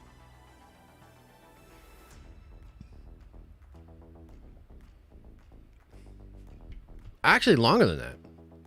The first version of it was in 87. So that's like 35 years. And then 40K, wait, the earliest traces of Warhammer can actually be found in Dragon miniatures from 83. Interesting. First published by Games Workshop in 1983. Damn. So that's what? 37 plus 23... 3 to 40, 60 years? Damn. Damn. Interesting. Comic book update, Josh. I know you've been busy. Yeah, I did some work on it over the weekend. Not as much as I would like, but we're moving. We're moving. Gonna be writing more today of me book. Nice. Nice. You're going to go on the WDW Pro channel? Probably not. Probably not. Look, yeah, probably not, man. I was going to say, like, maybe if there was, like, enough of a, look, again, I have nothing bad to say about those guys. My notion is that it's not going to be a constructive conversation because we just disagree on so much. You know what I mean? But again, it's like, I got nothing bad to say about them. It seems like they're chill. I remember I watched one of their vids, right? And it was the one where, because I was doing research for my video about their scoop. And I watched the video and I saw like X-Wing on there. I saw Rebel Scrum Radio, I think, is Rebel Force Radio, I think is the guy's name. It's like people I've seen before, and I'm like, dude, like, look at all these like older guys in ball caps, you know what I mean? Like those are Star Wars fans. And I have a lot of empathy for a lot of those dudes who feel like Star Wars doesn't give a shit about them. And I think it's a mistake on Lucasfilm's part to allow that narrative to persist. It sucks because those are the dudes I used to see at really small Star Wars conventions when Star Wars was not this massive big thing, and it was kind of, like just it was not as big. Mark Hamill was like a huge ambassador for the brand. He would go around to a ton of different conventions, did a lot of stuff for Star Wars. It was smaller, and it was dudes like that kept Star Wars alive, 100%. And I feel like it's horrible that Disney has, I think in a lot of ways, just totally looked past that group of people and shit on those group of people, made those people feel bad for the beliefs that they have. That's all on Disney. But at the same time, I do think some of that bitterness has made some of these people just kind of like have a perspective that I can't quite agree with. And I'm not the type of person that can just be like, yeah, totally. When I hear you say something, then I'm like, nah. So therefore, I don't know if it's going to be a good conversation. So that's probably just the best way I can put it, man.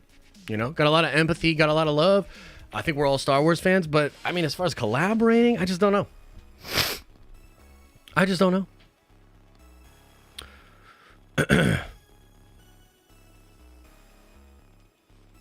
800 years, guys and gals. I don't know what that means, but yes.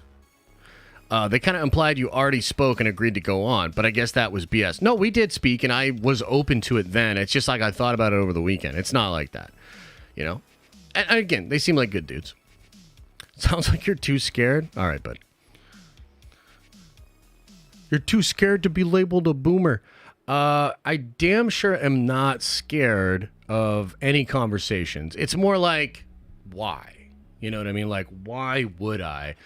And also, like, just in general, I don't know if you guys noticed this. I don't really do a lot of collabs anymore, you know? And it's nothing against other people. It's just like my time is better spent working on my content, working on my stuff. You know what I mean? Like, I collab with Theory, you know, like, we're tight and we'll probably always collab in some sense. But I mean, like, when's the last time you saw somebody come on my stream?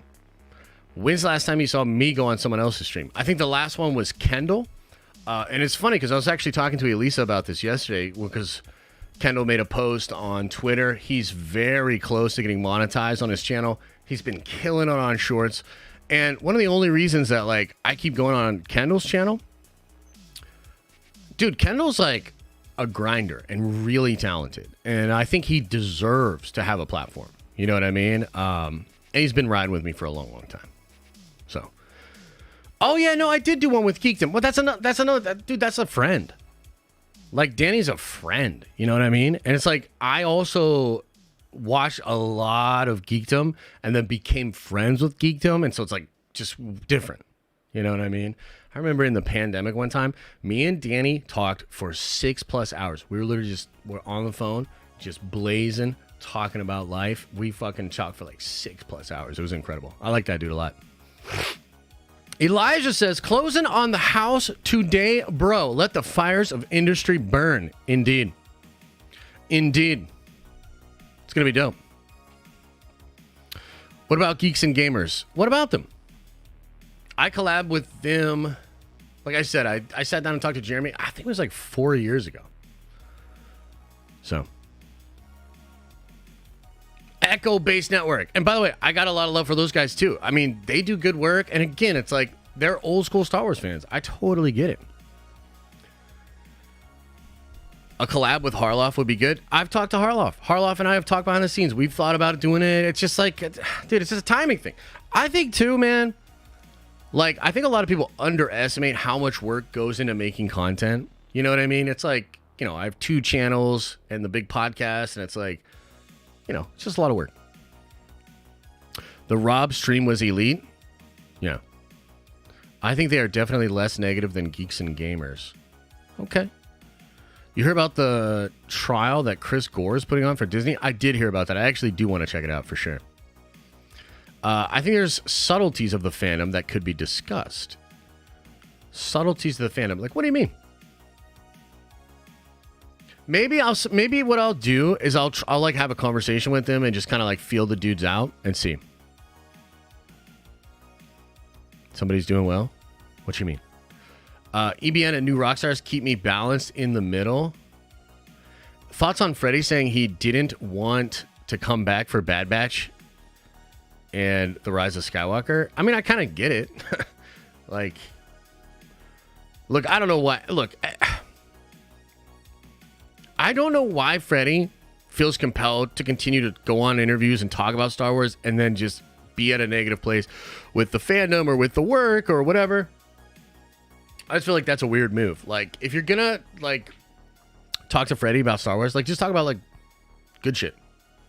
Like, don't shit on fan films. Don't shit on coming back. Don't shit on Liam Neeson. Like, dude, can you just be normal? You know what I mean? I have been a part of the Rebel Force radio community for 3 years now and called into their show several times. They know Star Wars very well, and they have fans from all Star Wars generations. Love them very much. Well, that's awesome. That is great. But here's the thing also, Mariana. I know a lot of good Star Wars channels. I've been approached by a lot of channels. And, you know, it's not a thing of like, I'm going to pick out the ones I like. If I don't like you, I'm not going to fuck with you. Like, what I'm talking about is time management. If it's not actually going to be a constructive conversation, if it's better for us both to stay in our lanes, and I have a lot to do, maybe it's just better that I don't. Like, that's all. Since you're a professional fence sitter, I've kind of been wondering, where the fuck is the fence these days? Seems no matter what, it's extreme. You're talking about me or just in general? I feel like I'm still on the fence. Look, at the end of the day, like, I think for a lot of different issues, the fence is actually the right place to be. Certain issues, like, yeah, you're gonna want to get on one side pretty hard, you know? But for me, man, I just think most things are really nuanced. Maybe it's just like because I took a lot of philosophy classes when I was in college, and that was like really interesting to me, was like ethics and morality and kind of like looking at things through a general lens. Like, let me just take you on a little trip here, okay? We'll end the stream with this note. So I was watching a video yesterday, a lore video, about Warhammer, and one of the things this guy went off on a little tangent about Apocalypse Now. Have you guys ever seen the movie Apocalypse Now? Because he was talking about the character that the movie really focuses on is this really efficient general who kind of goes AWOL in the jungle and is causing a lot of problems for the United States military, for the war in general. Really bad look. That's what the main thrust of the story is these groups of people like Charlie Sheen. They're there to go get this guy. And believe it or not, they actually want to bring him back.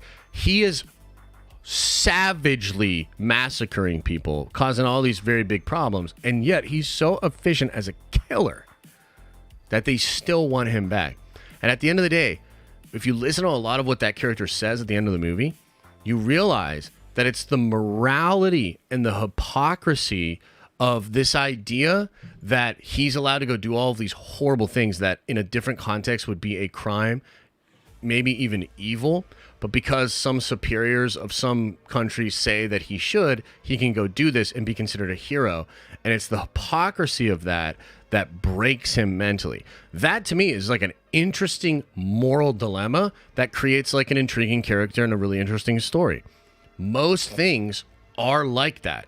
They are really nuanced. When you break them apart, you're like, damn, that is kind of interesting.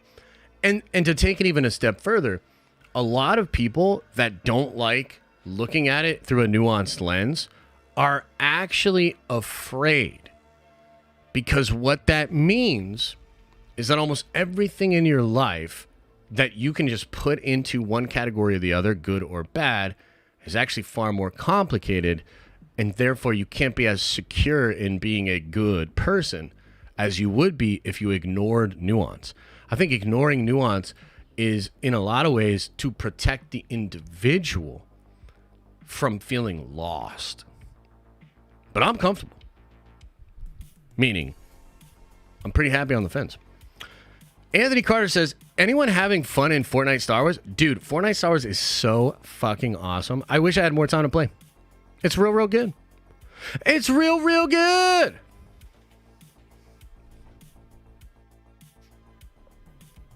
It's real, real good. Yeah, that's pretty deep, huh? Okay, guys, I think we're going to get on out of here. Much love. Appreciate you guys. Thank you for the support. It's good to be back. I'll be working on some videos tomorrow at 11 a.m. We'll do a stream with the members. We got a lot to talk about as a community. We'll be back at it on Wednesday. We'll be back at it on Friday. Friday night, we'll do a Diamond Lounge stream. No Nerd Theory tonight, but we'll be back in it next week. And again, I really appreciate the support, guys. Thank you so much. It's good to be back. As I always say, I hope you are having an awesome and a nerdy day. And I'll see you in the next video. Wait, what do you think will be announced for the MCU Comic-Con? A lot, including Battle World movies. We'll talk more about that soon. Appreciate you, Chibouis.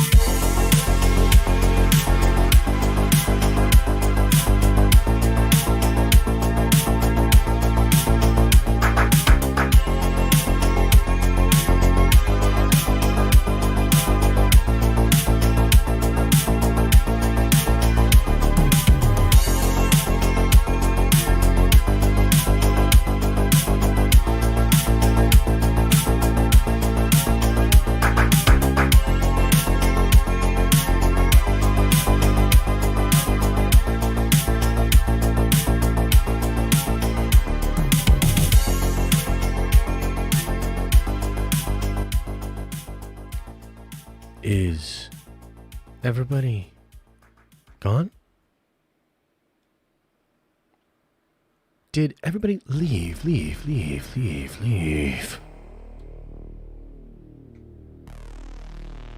Oh, man. Little shaky, little shaky. Stream back. I'm like, what do I do with my mouth parts? What do I do with my hands? I wasn't wearing any pants or shorts or underwear, but I didn't get up, so that's good. We'll get there. We'll get back into the rhythm. Yeah. Appreciate you guys. I felt kind of chilled this time. A lot of the time as a YouTuber, when you go away, you have all this anxiety and you're like, I must make videos, I must do streams. But I was pretty content to just relax and try to, just hang out with the family. And I knew that I had this awesome fucking community of really cool people, except for Old Head Mike, that we're gonna, be there when I got back, and we're gonna kick it and do our thing. So I really appreciate you. Open up your third eye. Wash out your freaking butt. And I'll see you later.